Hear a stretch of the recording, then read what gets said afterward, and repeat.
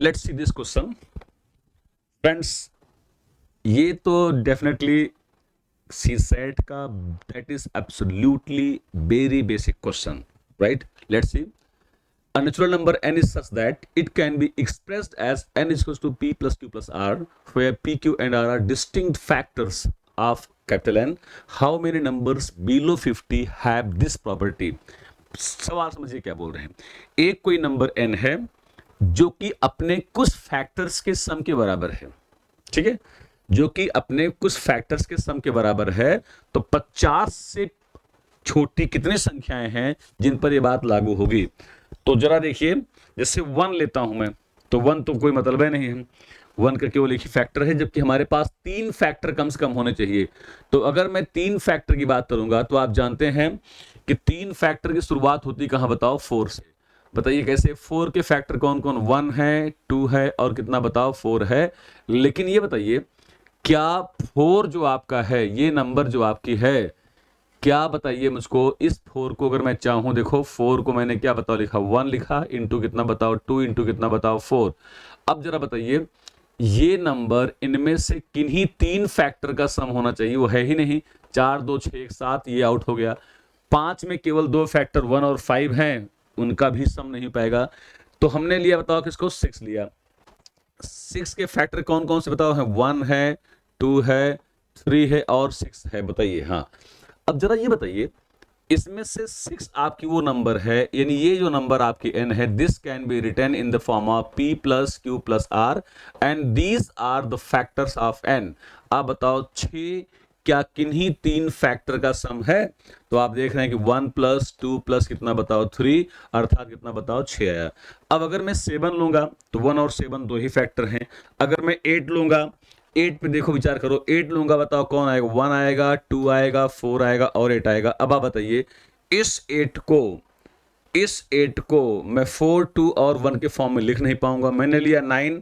9 आप जानते हैं 3 इंटू 3 हो जाएगा। बोलो हाँ, 1 इंटू 3। अब बताओ 9 को 3, 3, 6 एक साथ ही लिख पाएंगे।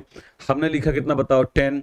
10 का मतलब होता है 1 इंटू 2 इंटू 5 इंटू 10। और आप देख रहे हैं कि अगर मैं 10 को लिखना चाहूंगा तो 5, 2, 1 के बाद में लिख नहीं पाऊंगा। फिर मैंने लिया तो 11, दो ही फैक्टर होते हैं 1 और 11, ये आउट है। अब मैंने बताओ क्या लिया था? 12 लिया। 12 मतलब कौन? बताओ 1 हो गया, 2 हो गया और कितना? बताइए, 1 हो गया, 2 हो गया और कितना? बताओ 3 हो गया और कितना? बताओ 4 और 6 और 12 हो गया। अब बताइए, क्या इनमें से किन्हीं 3 फैक्टर्स का सम? तो देखो क्या है, 6, अरे कोई ले लो यार, 6, 4, 10, 2, 12, अर्थात 12 को मैं अगर चाहूं तो 6 प्लस 2 प्लस कितना? बताओ 6 प्लस 2 प्लस कितना? बताओ, बोलो 4 लिख सकता हूं। इसका मतलब 6 भी संभव है और 12 भी संभव है। अब यहां से जब नंबर सिस्टम तुम लोग पढ़ते हो, तो नंबर सिस्टम जब पढ़ते हो तो एक चीज तो क्लियर समझ में आ गई कि आपको पढ़वाया क्या गया। देखो, एक बहुत बड़ा कॉन्सेप्ट ये है, किसी संख्या का जो व्यवहार स्वयं के साथ होता है वही उसके मल्टीपल के साथ होता है। ये लाइन हम लोगों ने बड़ी अच्छी पढ़ी हुई थी। तो इसके आधार पे हमने देखा, बताओ 12 का भी फैक्टर हो जाएगा। अब जाहिर सी बात है, 6 और 12 हुआ, इसका थर्ड मल्टीपल 18 चेक कर लो। 18 का फैक्टर क्या होगा? 1 होगा, 2 होगा, 3 होगा, 6 होगा, 9 होगा और कितना? बताओ 18 होगा। अब बताओ, क्या ये 18 जो यहाँ है, इनमें से किन्हीं 3 नंबर का सम है? तो हाँ, 9, 6, 15, 3, 18, अर्थात ये भी आपका 3 प्लस 6 प्लस 9 के फॉर्म में हो गया। चूंकि स्टैंडर्ड फॉर्म हमारा बताओ क्या? n इज इक्वल टू कितना? बताओ p plus Q plus r है।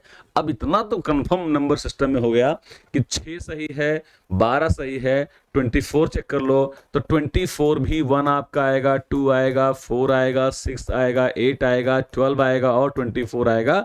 अब बताओ 12, 8, 20, 4, 24, किन्हीं भी 3 फैक्टर को ले लो, ये भी संभव है। तो मुझे जो लग रहा है, बताओ क्या 6 हो सकता है, 12 हो सकता है, 18 हो सकता है, 24 हो गया, 30 चेक कर लेना, हो ही जाएगा। और उसके बाद बताओ क्या? 36 हो गया, 42 हो गया और 48 हो गया। जरा एक बार 48 को फिर चेक कर लो, है क्लियर कट सीधा है।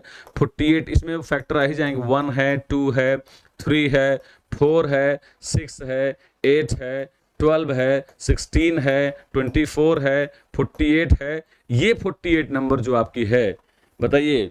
अरे यार सिंपल सी बात है, 24 से और 16, 8, 24, 24 24 48, अर्थात कुल मिलाकर के 1 2 3 4 5 6 7 और 8 6 48, ऐसी 8 संख्याएं मौजूद हैं अंडर 50। ठीक है, चलो एकदम सही था, बढ़िया सवाल था।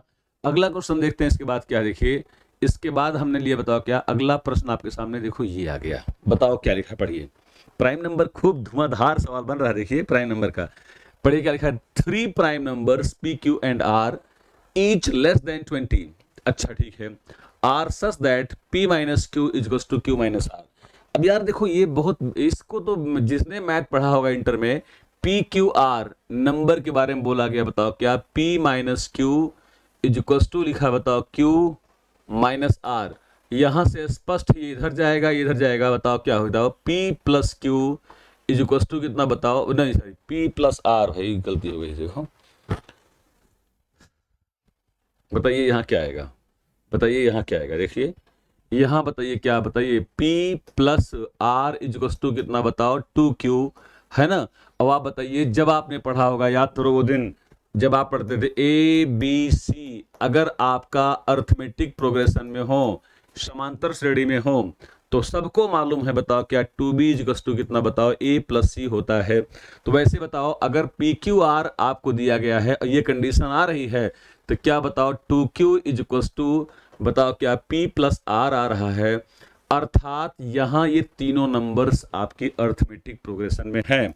खास बात, ये तीनों संख्याएं बताओ किससे कम है, बोलिए। तो ये तीनों संख्याएं 20 से कम है, तो बताओ 20 से कम 20 से कम संख्याएं कौन कौन से, बताइए हैं। दो प्राइम नंबर, 2 3, आगे बोलिए क्या होगा, 5 7, खूब रटवाया है उसको मैंने, हब क्लासेस में खूब पढ़वाया था। 2 3 5 7, 11 13, उसके बाद बताओ 17, उसके बाद क्या बताओ 19, है ना।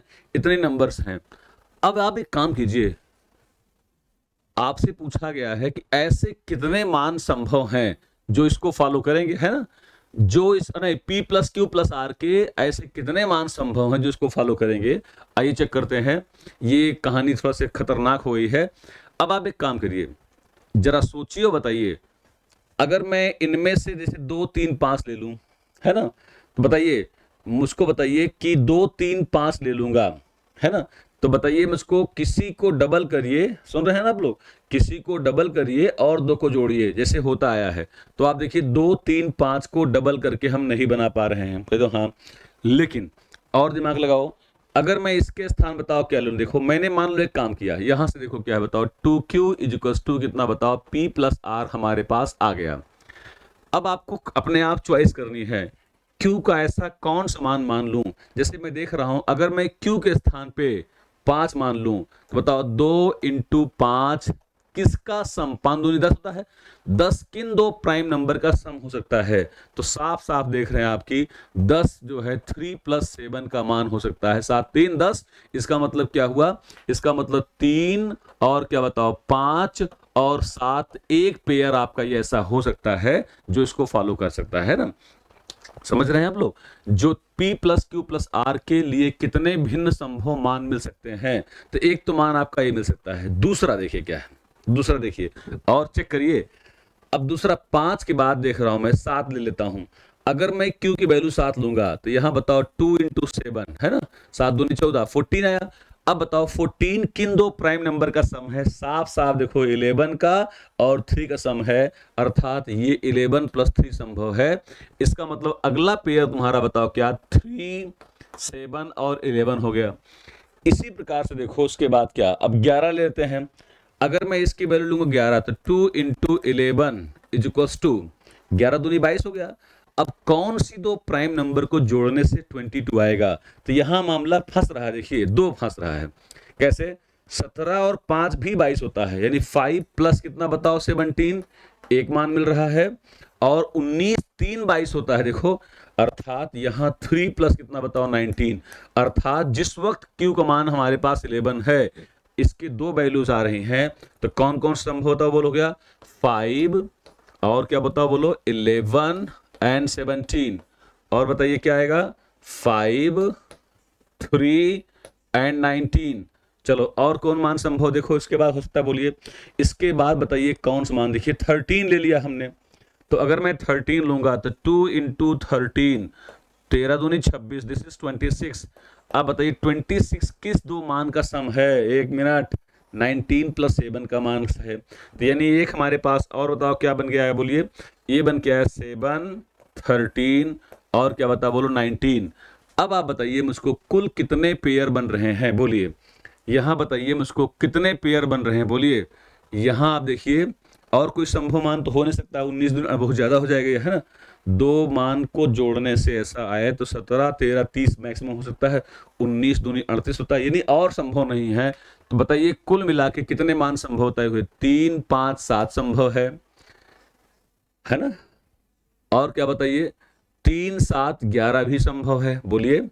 और क्या बताइए संभव है, बताइए। 5, 11 और क्या बताओ, 17 संभव है ना। और क्या बताइए, और कौन संभव है बताइए। ये 5, ये कहाँ से आ गया? हम्म, यहाँ 5 नहीं, यहाँ 11 रहेगा ना, हाँ 11 रहेगा। 11 ओ 3, 19, 22, हाँ ये भी संभव है। तो इसका मतलब एक पेयर, दो पेयर, तीन पेयर, चार पेयर, 5 पेयर ऐसे संभव है। इसका ऑप्शन कितना बताओ? B is the correct answer. Time taking process for the number system. बहुत बढ़िया सवाल, वेरी गुड। चलते हैं, मिलते हैं, थैंक यू। ऐसे दो दो क्वेश्चंस की सीरीज में कराऊंगा ताकि बहुत बर्डन है, ठीक है।